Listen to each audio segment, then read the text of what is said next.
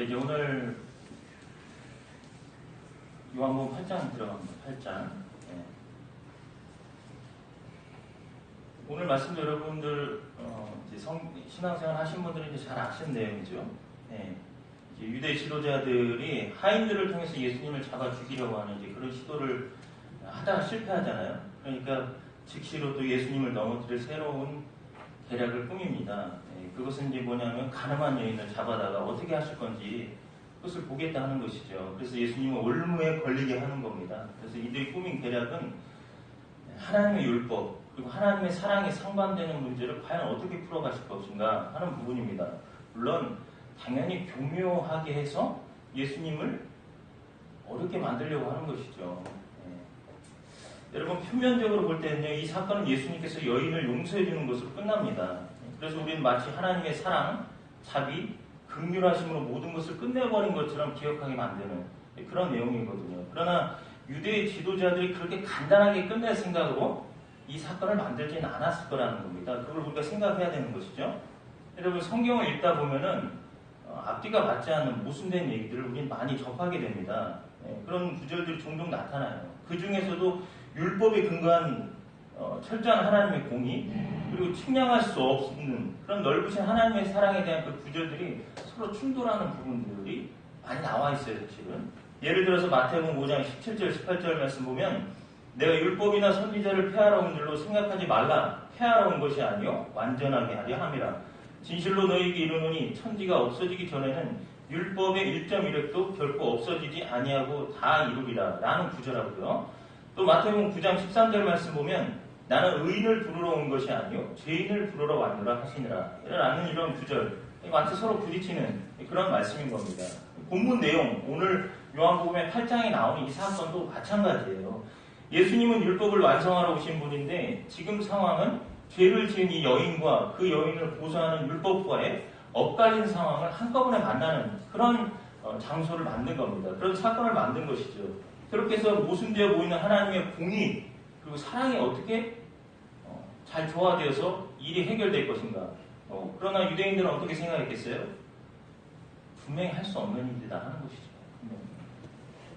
그럼 예수 당신이 도대체 어떤 사람인지 우리가 분명히 밝히 보이겠다 하는 그런 못된 생각을 가지고 이런 사건을 벌이게 되는 내용입니다. 여러분 먼저 여러분이 정리되어져 있어야 오늘 본문을 이해하기 쉬운 부분이 있습니다. 그게 이제 바로 공의와 사랑인데요. 여러분도 잘 아시다시피 지금 대한민국은 국정농단이라는 사태를 통해서 여러 기관이 문제가 심각했던 부분들이 나타나는 것을 보고 있잖아요. 또 오늘 말씀 같은 경우에는 양승태 사법농단 이것을 생각하시면 조금 더 이해하기가 쉬울 겁니다. 우리나라가 법치국가라고 하잖아요. 그렇지만 여러분 계속해서 드러나는 사건이 어때요? 모두 한쪽으로 치우치고 있습니다. 정치적으로 자신들이 필요한 쪽으로 판결을 내리는 그런 부분들이 드러나고 있잖아요. 여러분 신문 사설이나 만평을 통해서도 여러분 보는 것 중에 하나가 뭡니까? 정권은 길어야 5년이고 재벌 기업은 영원하다. 이런 내용 아니겠어요? 이런 그런 것들을 보면 힘없고 가난한 사람들이 약자이기 때문에 억울하게 판결들을 받습니다. 이러한 내용들을 여러분들이 생각해 봤을 때 공의와 사랑을 생각해 보면 무엇이 먼저 선행이 돼야만 좋은 결과가 나올 수 있을까 하는 부분들. 여러분 이걸 생각해 봐야 될 부분입니다. 대부분의 사람들은 일단 기본적으로 사랑이라는 것에 대해서 이야기를 하긴 해요. 특히나 기독교인들 같은 경우에 어떻습니까?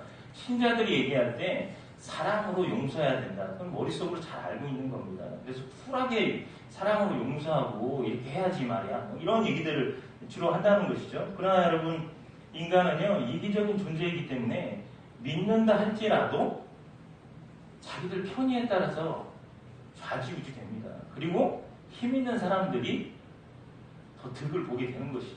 그게 바로 인간이에요. 신명기 1장에 보면은 16절 17절 말씀에 이런 말씀이 기록되어 있습니다. 내가 그때 너희의 재판장들에게 명하여 이르기를 너희가 너희의 형제 중에서 송사를 들을 때에 쌍방간에 공정히 판결을 할 것이며 그들 중에 있는 타국인에게도 그리할 것이라. 재판은 하나님께 속한 것인즉 너희는 재판을 할 때 외모를 보지 말고 귀천을 차별 없이 듣고 사람의 낯을 두려워하지 말 것이며 이런 부분들 말씀하고 있다는 것이죠. 사람이 뭐라는 얘기예요? 외모하고 귀천을 따진다는 것이고 힘 있는 사람의 낯을 두려워한다는 얘기를 하고 있는 것입니다.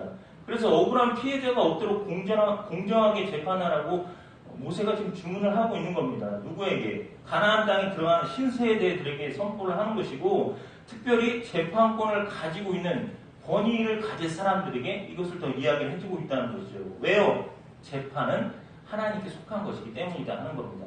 하나님이 보고 있으니까 사람들처럼 외모로 따지지 말아라. 있고 없는 사람 따지지 말아라. 그런 얘기 하고 있는 겁니다. 인간의 본질을 아는 것이죠. 우리의 본성을 알고 계시기 때문에 그런 말씀을 하는 겁니다. 그래서 공의로우신 하나님의 통치를 기억하라는 것이고 모세는 먼저 공의를 가르칩니다. 그러니까 여러분 공의가 먼저 선행되지 않으면 사랑은 드러날 수가 없는 겁니다. 사실 하나님은 사랑의 하나님이시지만 공의가 만족되게 하시기 때문에 사랑의 하나님이다 라고 우리가 말할 수 있다는 것이죠. 여러분 이것을 기억하시고 오늘 말씀을 대하셔야 됩니다. 오늘 가늠한 여인에 대해서 용서해 줌으로써 그냥 사랑이 공의보다 위에 있다 이런 내용이 아니라는 겁니다. 본문은 이제 예수님과 유대인 사이에 죄인을 고소하는 내용이죠. 예수님이 재판석에 앉아 계시고 죄인 하나와 고소인 다수가 등장하는 이제 그런 내용입니다. 마치 하나님 앞에 사단이 나타나서 욥에 대해서 꼭 송사하는 어떤 그런 내용처럼 보이는 것이죠. 여러분 하나님을 대적하는 마귀, 이 마귀 세력의 그 대표적인 특징이 뭡니까?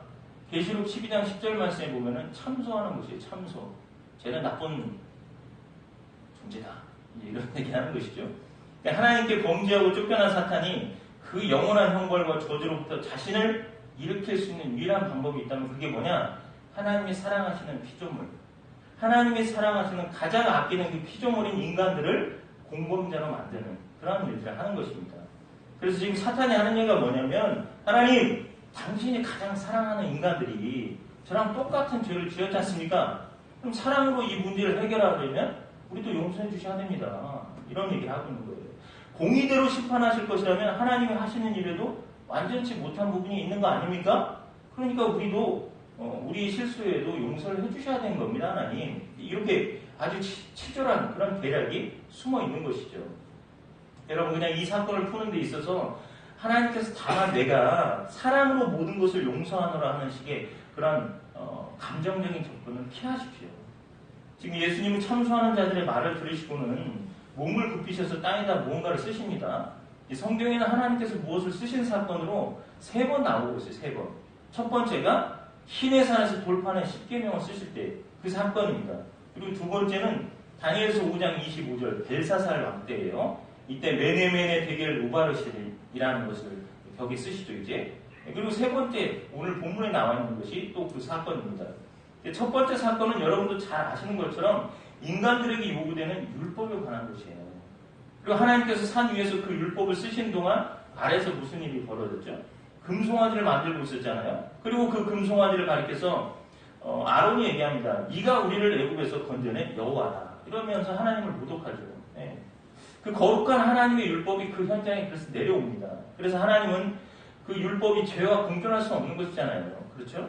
그래서 그 율법의 돌파는 죄 앞에서 깨어집니다. 그래서 율법에 의한 죄의 심판을 상징하는 것이고 그것이 상징하는 것은 너희들은 다 죽은 거다. 이런 얘기를 하고 있는 것입니다. 율법에 죄어 봤을 때 그렇다는 겁니다. 두 번째, 벨사살 왕의 잔치에 나타난 하나님의 손. 이게 뭡니까?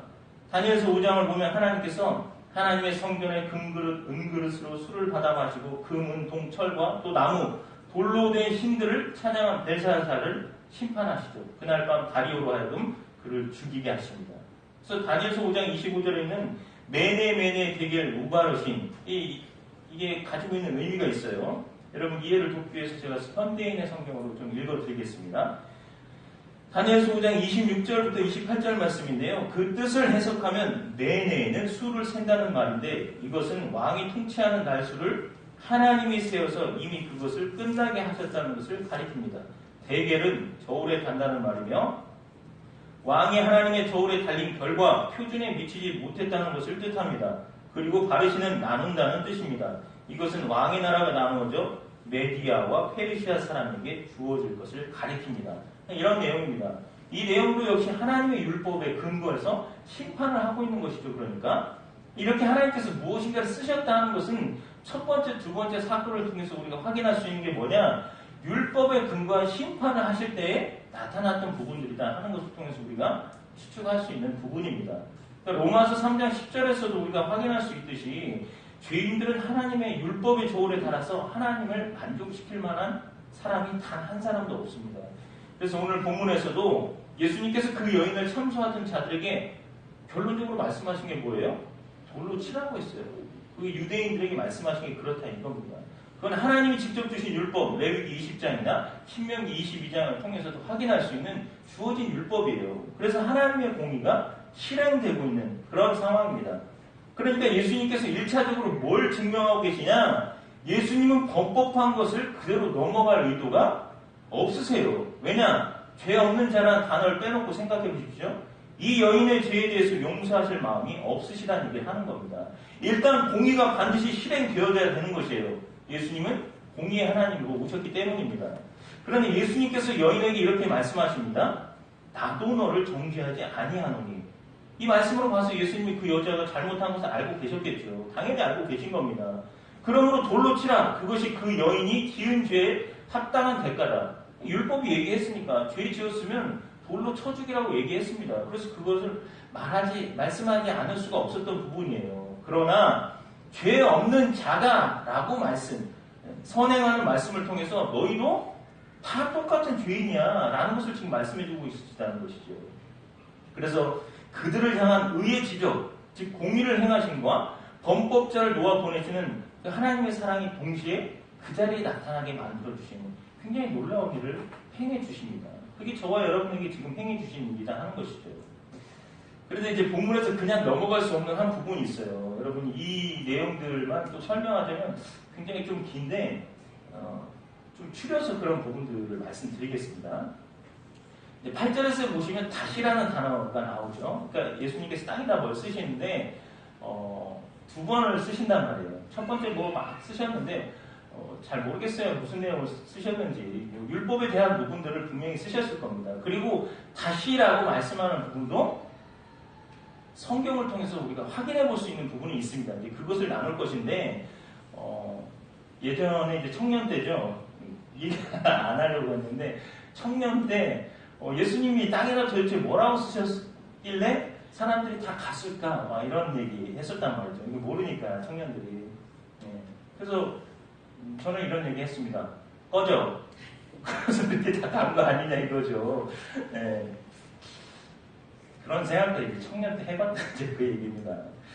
두 번째, 이 다시라는 단어가 중요한데 하나님께서 직접 무언가를 쓰셨다가 다시 쓰셨던 사건이 구약에서 신의 산의 십계명 돌판 사건이라고 말씀드렸어요. 그러니까 출애굽기 32장 내용을 보면 금송아지 사건으로 인해서 모세가 십계명 돌판을 던져버립니다. 그래서 깨뜨리죠. 왜 그렇게 던져야만 했으냐 하는 것은 범법은 뭐예요? 율법은 하나만 범해도 다 범한 것이다라는 얘기를 하고 있잖아요. 그러니까 필요 없는 거야. 이미 너희는 죄인이야 라고 선언을 해버리는 겁니다. 그때 그래서 이스라엘이 다 죽었다 하는 것이죠. 그리고 두 번째 다시 쓰신 십계명은 어디로 들어가요? 법궤 안으로 들어가 버립니다. 그게.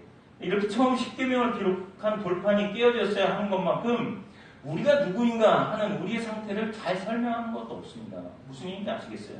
첫 번째 돌판이 깨어져 버렸는데 두 번째 돌판이 또 쓰여졌다 하는 것, 뭔가를 생각할 수 있는 것이죠. 두 번째 돌판을 봄으로 인해서 생각이 돌아갈 거 아니에요. 첫 번째 돌판이 어떻게 됐니 너네? 이런 질문을 하고 있는 겁니다. 그래서 우리가 어떤 존재인가 하는 것을 잘 알 수 있게 하는 것이죠. 그래서 첫 번째 돌판을 깨뜨릴 수밖에 없는 인간들에게 두 번째 돌판을 써준 이유가 거기에 있다는 것입니다. 그게 무슨 의미냐? 비록 인간은 그럴지라도 하나님은 공의를 양보하거나 꺾지 않으시겠다 하는 것입니다. 여전히 하나님이 가지고 있는 그 공의, 그냥 넘어가지 않겠다 하는 겁니다. 그리고 두 번째 돌판은 모세가 준비하고 하나님이 쓰신 돌판이죠. 이게 출애굽기 34장 1절 말씀에 나오는데 다른 말로 이 세상의 것과 하늘의 것이 합쳐져서 만들어진 겁니다. 무슨 얘기인지 아시겠어요? 하나님이시면서 인간으로 오신 예수님을 상징적으로 보여주고 있는 부분인 겁니다. 무슨 얘기예요? 그 율법은 법궤 속으로 들어가 법궤 뚜껑으로 가려지잖아요. 그리고 그 위에, 법궤 위에 흠없는 제물의 피가 부어져서 율법이 가려지게 만듭니다. 거기서 죄인들이 심판을 면하고 구원을 받게 되는 것이죠. 그래서 법궤 위를 시은좌라고 말합니다. 영어로 mercy seat. 은혜가 베풀어진 장소다 하는 것을 말하고 있어요. 그런데 그 두 사건 중에 아주 중요한 사건이 중간에 끼어 있어요. 우리가 한번 확인해 볼 게 있어서 먼저 좀 찾아보겠습니다. 출애굽기 32장.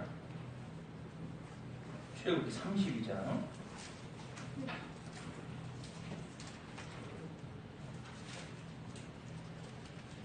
30절에서 34절 말씀. 이튿날 모세가 백성에게 이르되 너희가 큰 죄를 범하였도다. 내가 이제 여호와께로 올라가노니 혹 너희를 위하여 속죄가 될까 하노라 하고 모세가 여호와께로 다시 나아가 여짜오되 슬프도소이다. 이 백성이 자기들을 위하여 금신을 만들어 싸우니 큰 죄를 범하였나이다. 그러나 이제 그들의 죄를 사하시옵소서. 그렇지 아니하시오면 원하건대 주께서 기록하신 책에서 내 이름을 지워버려 주옵소서. 여호와께서 모세에게 이르시되 누구든지 내게 범죄하면 내가 내 책에서 그를 지워버리리라. 이제 가서 내가 내게 말한 곳으로 백성을 인도하라. 내 사자가 내 앞서 가리라. 그러나 내가 보응할 날에는 그들의 죄를 보응하리라. 여기가 바로 이제 예수님께서 모세가 말한 나 같은 선지자라고 말한 그런 대목이에요. 왜 모세는 나 같은 선지자라고 그랬냐? 하나님으로부터 말씀을 받아다가 주어야 하는 중재자 역할을 해야 했기 때문이에요. 이스라엘 백성은 죄인으로서 하나님께 나아갈 수 없습니다. 의롭지 못하고 거룩하지 못하기 때문에 하나님께 직접 나아가면 죽는다는 것이죠. 그래서 대신 하나님의 말씀을 받아다 줘야 되고 대신 하나님 앞에서 이스라엘 백성들을 대변해 주는 또 우리를 위해서 대변해 줄 사람이 필요했기 때문에 그런 말씀을 하신 겁니다. 그러니까 방금 읽은 내용이 이런 내용이에요. 모세가 말하기를 제 백성을 멸하고 나로 하여금 다른 인류를 만드시려고 하신다면 저도 같이 멸해 주십시오. 지금 그런 얘기를 하는 거예요. 그러니까 그것을 신학적인 언어로 표현하자면 율법 아래에서 죄로 인해 심판을 받아서 모두 죽어야 되는 상황이죠. 그래서 중보자 예수 그리스도의 증거로 다시 살아나게 되는 성도의 이야기. 그것이 이 바로 십계명 불판의 이야기다 하는 것입니다. 근데 여기 여러분 특이한 것은 출애굽기 32장 20절 말씀 한번 보세요. 32장 20절 말씀. 그냥 스치고 넘어갈 말씀입니다. 20절 말씀. 모세가 그들이 만든 송아지를 가져다가 불살라 부수어 가루를 만들어 물에 뿌려 이스라엘 자손에게 마시게 하니라. 이게 그냥 기록됐을까요? 그냥 아니겠죠. 아니니까 제가 질문 드리는 거죠. 이게 다 의도가 있는 겁니다. 예. 금송아지를 가루로 만들어서 물과 함께 마시게 만드는 것. 이게 사실 오늘 본문에 나오는 장면하고 같은 내용이거든요. 무슨 얘기냐? 생수이신 예수님이 죄를 상징하는 티끌에 섞어버리는 모습이 나오는 겁니다. 그러니까 생수이신 예수님, 이미 이제 7장까지 얘기했죠. 생명수 대신 예수님에 대해서 여러분 말씀드렸잖아요. 그분이 흙에다가 무언가를 쓰신 장면이 바로 그 장면입니다. 여러분 아시는 것처럼 요한복음 1장 1절 말씀이 예수님은 말씀이다 라고 얘기했죠. 네, 그래서 그 생수이신 예수 그리스도의 말씀이 흙과 섞이는 것, 그것을 보여주고 있습니다. 그리고 그 물이 죄인들에게 이제 제시되죠. 그래서 죄인들의 죄가 드러나고 그들이 그 앞에서 떠나버리는 것, 그것을 보여주고 있는 겁니다. 잘 기억하십시오. 이거 이제 계속 말씀드릴게요. 여기서 티끌이라는 것은 금송아지 가루처럼 죄와 죄인들을 상징하는 내용입니다. 그 티끌이 죄를 상징한다는 것은 미가서에 나와 있어요. 네, 미가서 7장 17절 말씀 보면 그들이 뱀처럼 티끌을 핥으며 땅에 기는 벌레처럼 떨며 그 좁은 구멍에서 나와서 두려워하며 우리 하나님 여호와께로 돌아가서 주로 말미암아 두려워하리이다. 여기서 번역되어 있는 티끌이라고 하는 게 흙을 말하고 있어요. 흙. 이처럼 흙을 먹는 것은 뱀이 먹는 것이고 즉 뱀이 장악할 수 있는 상태로 되어 있는 상태, 다른 말로 죄와 죄인들에 대한 것을 말하고 있는 겁니다. 그래서 티끌을 섞은 물 앞에서 죄가 드러나게 하는 그런 모양을 지금 출애굽기 32장에서도 보여주고 있는 것이에요. 그게 어디에 와서 더 설명이 되냐 찾아보겠습니다. 좀 내용이 긴데 핵심되는 내용만 찾아볼게요. 민수기 5장.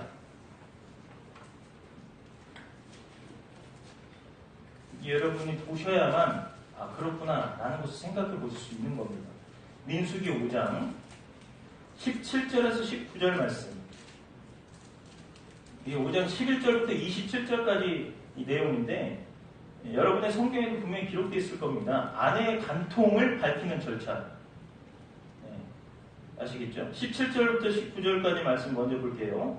토기에 거룩한 물을 담고 성막 바닥에 티끌을 취하여 물에 넣고 여인을 여호와 앞에 세우고 그의 머리를 풀게 하고 기억나게 하는 소재물 곧 의심의 소재물을 그의 두 손에 두고 제사장은 저주가 되게 할 쓴 물을 자기 손에 들고 여인에게 맹세하게 하여 그에게 이르기를 내가 내 남편을 두고 탈선하여 다른 남자와 동침하여 더럽힌 일이 없으면 저주가 되게 하는 이 쓴 물의 해독을 면하리라. 그러면 그렇지 않으면 독이 저주로서 작용을 한다는 얘기입니다. 그리고 23절 24절 말씀 제사장이 저주의 말을 두루마리에 써서 그 글자를 그 쓴 물에 빨아넣고 여인에게 그 저주가 되게 하는 쓴 물을 마시게 할지니 그 저주가 되게 하는 물이 그의 속에 들어가서 쓰리라.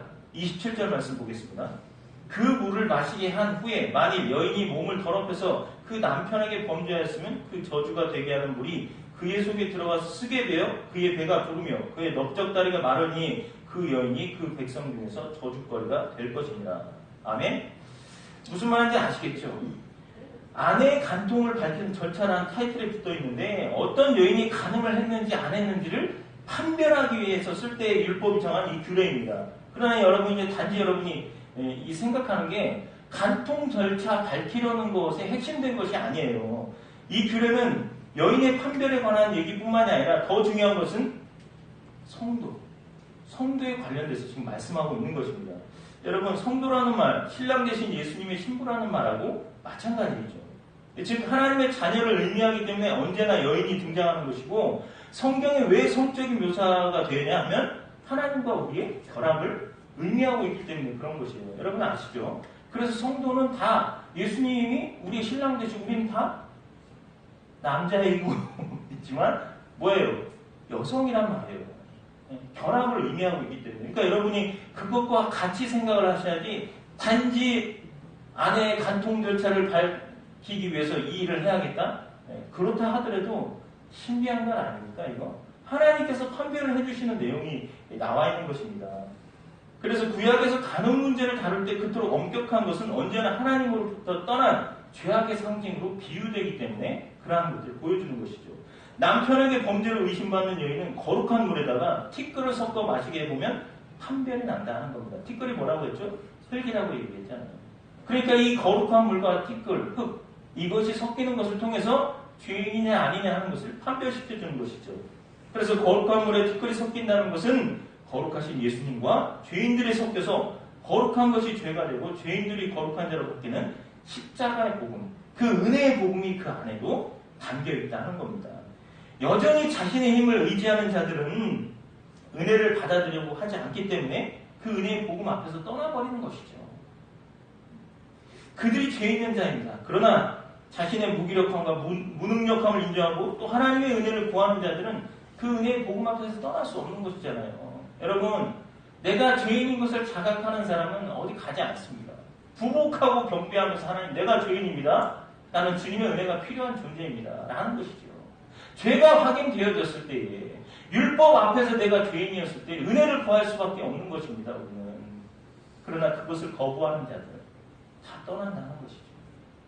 오늘 요한복음 8장에 나와 있는 이 내용 자체가 바로 이 구약에 있는 내용을 우리에게 보여주고 있는 것입니다.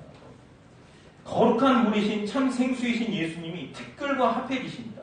그래서 하나님의 말씀이 흙에 쓰여지는 모습은 거룩한 물과 티끌이 합해지는 민수기의 그 그림과 똑같은 그림이다 하는 것입니다. 그 티끌을 담은 거룩한 물이 참소자들 앞에 서잖아요.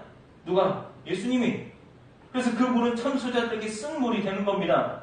간통한 여인처럼 죄가 있는 여인들에게 있는 것처럼 죄 있는 저와 여러분이 예수 그리스도 앞에 서 있을 때 어떤 모습으로 가야 되냐 하는 것이죠. 근데 오늘 8장에 나와 있는 이들은 그 예수 그리스도의 행하심을 통해서 양심의 가책을 받고 다 가게 되는 것입니다. 다른 말로 죄인됨이 드러나서 예수님을 떠나버리는 것이죠. 그게 율법을 의지하는 바리새인들과 서기관들의 모습이다 하는 것입니다. 여러분 그런데 마지막에 남는 사람은 오직 누구였습니까? 그 여인 한 사람뿐이었잖아요. 그 여자는 이제 어디로 갈 데가 없습니다. 왜? 이미 그녀는 현행범이기 때문에 어떻게 할 수가 없어요. 죽어야 되는 것이죠. 율법에 의해서 죽어야 돼요. 자신이 죽어야 할 죄인이라는 것을 자각하고 인정한 사람만이 다른 데로 도망가지 않습니다. 그 자리에서 주님의 처분만 기다리고 있는 것이죠. 또 유일하게 자신이 죄인임을 자각하고 인정하고 있는 가늠한 여인만 그 티끌이 담긴 거룩한 물 앞에 서 있는 것입니다. 예, 오직 그 여인만 죄 없는 자로 이제 선고를 받고 있는 것이죠. 그렇게 자기의 무능력함, 불가능함과 죄인됨을 인정한 사람만이 주님의 선택을 받은 사람임을 본문 말씀을 통해서 확인할 수 있는 것입니다. 예수님께서 행하신 공의의 말씀으로 그 가늠한 여인은 하나님의 율법에 의해서 죽어야 함을 선언받습니다. 그 가늠한 여인은 바로 저와 여러분이라는 것이죠. 우리는 그렇게 돌에 맞아 죽어야 했습니다. 그런데 주님께서 죄 없는 자가 돌로 치라고 하시고는 다시 땅에 무언가를 쓰시죠. 그래서 우리는 이 장면을 통해서 희내산 사건과 비교해보면서 예수님의 그 두 가지 행동 사이에서 예수 그리스도의 십자가라는 중보 사건을 읽어낼 수 있는 것입니다. 바로 예수 그리스도의 중보 사건을 통해서 그 여인이 무죄한 죄로 새로 태어났죠. 오늘 저와 여러분도 예수 그리스도의 그러한 일들을 통해서 새롭게 태어난 자들이 되었다는 사실을 기억하시기 바랍니다. 여러분 오늘 본문 마지막 절 보시면 그 십자가 복음이 명확하게 나타나 있지 않습니까? 8장 요한복음 8장 10절 11절 말씀 보시겠습니다. 예수께서 일어나사 여자 외에 아무도 없는 것을 보시고 이르시되 여자여 너를 고발하는 그들이 어디 있느냐? 너를 정죄한 자가 없느냐? 대답하되 주여 없나이다. 예수께서 이르시되 나도 너를 정죄하지 아니하노니 가서 다시는 죄를 범하지 말라 하시니라. 여러분 이 말씀에서 깊이 생각할 주님의 말씀은 나도 너를 정죄하지 않는다라고 말씀하신 것입니다. 그 말은 주님의 죄인으로서 선언되어진 그런 부분입니다. 무슨 얘기예요? 예수님도 육신을 가지고 이 땅에 오셨기 때문에 자기 자신을 죄인으로 여겨주신 겁니다. 그래서 나도 죄인이지만 너를 정죄하지 않는다라는 말씀을 하고 계신 거거든요. 물론 예수님은 죄와는 전혀 무관하신 분입니다. 히브리서 4장 15절 말씀에서도 우리에게 있는 대제사장은 우리의 연약함을 동정하니 못하실 리가 아니요 모든 일에 우리와 똑같이 시험을 받으신 이로되 죄는 없으시니라. 예수님은 죄가 없으신 분입니다. 그런데 왜 스스로를 가리켜 죄가 있다 하셨을까요? 고린도후서 5장 21절 말씀 보면 하나님이 죄를 알지도 못하신 이를 우리를 대신하여 죄로 삼으신 것은 우리로 하여금 그 안에서 하나님의 의가 되게 하려 하십니다. 아멘. 우리로 하여금 예수 그리스도 안에서 하나님의 의가 되려고 자기 자신을 죄로 여기신 겁니다. 우리를 구원하시기 위해서 예수님이 죄인이 되셔서 십자가에 못 박히셨다 하는 사실 기억하십시오. 바로 그 가늠한 여인의 죄를 예수님이 뒤집어 쓰고 십자가에서 돌에 맞아 죽으심으로 그 여인이 죄가 없게 된 것이죠. 바로 우리의 죄를 뒤집어 써주시고 대신해서 돌에 맞아 죽어주신 겁니다. 여러분 로마서를 통해서 우리가 확인할 수 있는 것은 율법이 있기 때문에 죄인인 것을 너희가 확인할 수 있다 하는 것이죠. 율법 까닭에 우리가 죄인인 것 확인합니다. 예수님이 그 율법 공의로움을 확인시켜 주신 것입니다. 그러나 예수님 스스로가 죽어주심으로 인해서 우리를 위해서 십자가에 달려서 율법대로 돌 맞아 죽어주시고 창에 맞아 죽어주심으로 인해서 우리가 자유인이 됐다 하는 것이죠. 우리가 그리스도 안에서 살아가야 될 충분한 이유는 거기에 있습니다. 구원은 그렇게 인간의 율법 지킴과는 전혀 관계없이 오직 예수 그리스도의 은혜로만 말미암는 것입니다. 이렇게 하나님의 공의는 예수 그리스도 안에서 실행이 됐고 또 그 예수 그리스도를 통해서 하나님의 사랑이 우리에게 부어진 바 되었다 하는 사실을 기억하십시오. 사랑하신 여러분, 예수님은 우리를 사랑하셔서 우리를 지명하여 부르셨고 이 자리에 앉히셨습니다. 그러므로 우리의 일생을 주와 함께 하시기 위해서 여러분 누가복음 10장에 있는 말씀처럼 마음을 다하고 목숨을 다하고 힘을 다하고 뜻을 다해서 주 하나님을 사랑하십시오. 그리고 주님께서 보여주신 것처럼 내 이웃을 내 몸과 같이 사랑하라 하신 그 일을 잘 감당하면서 살아내시는 저와 여러분의 또 일주일에 한 주간 삶이 되시기를 예수님 이름으로 부탁드립니다.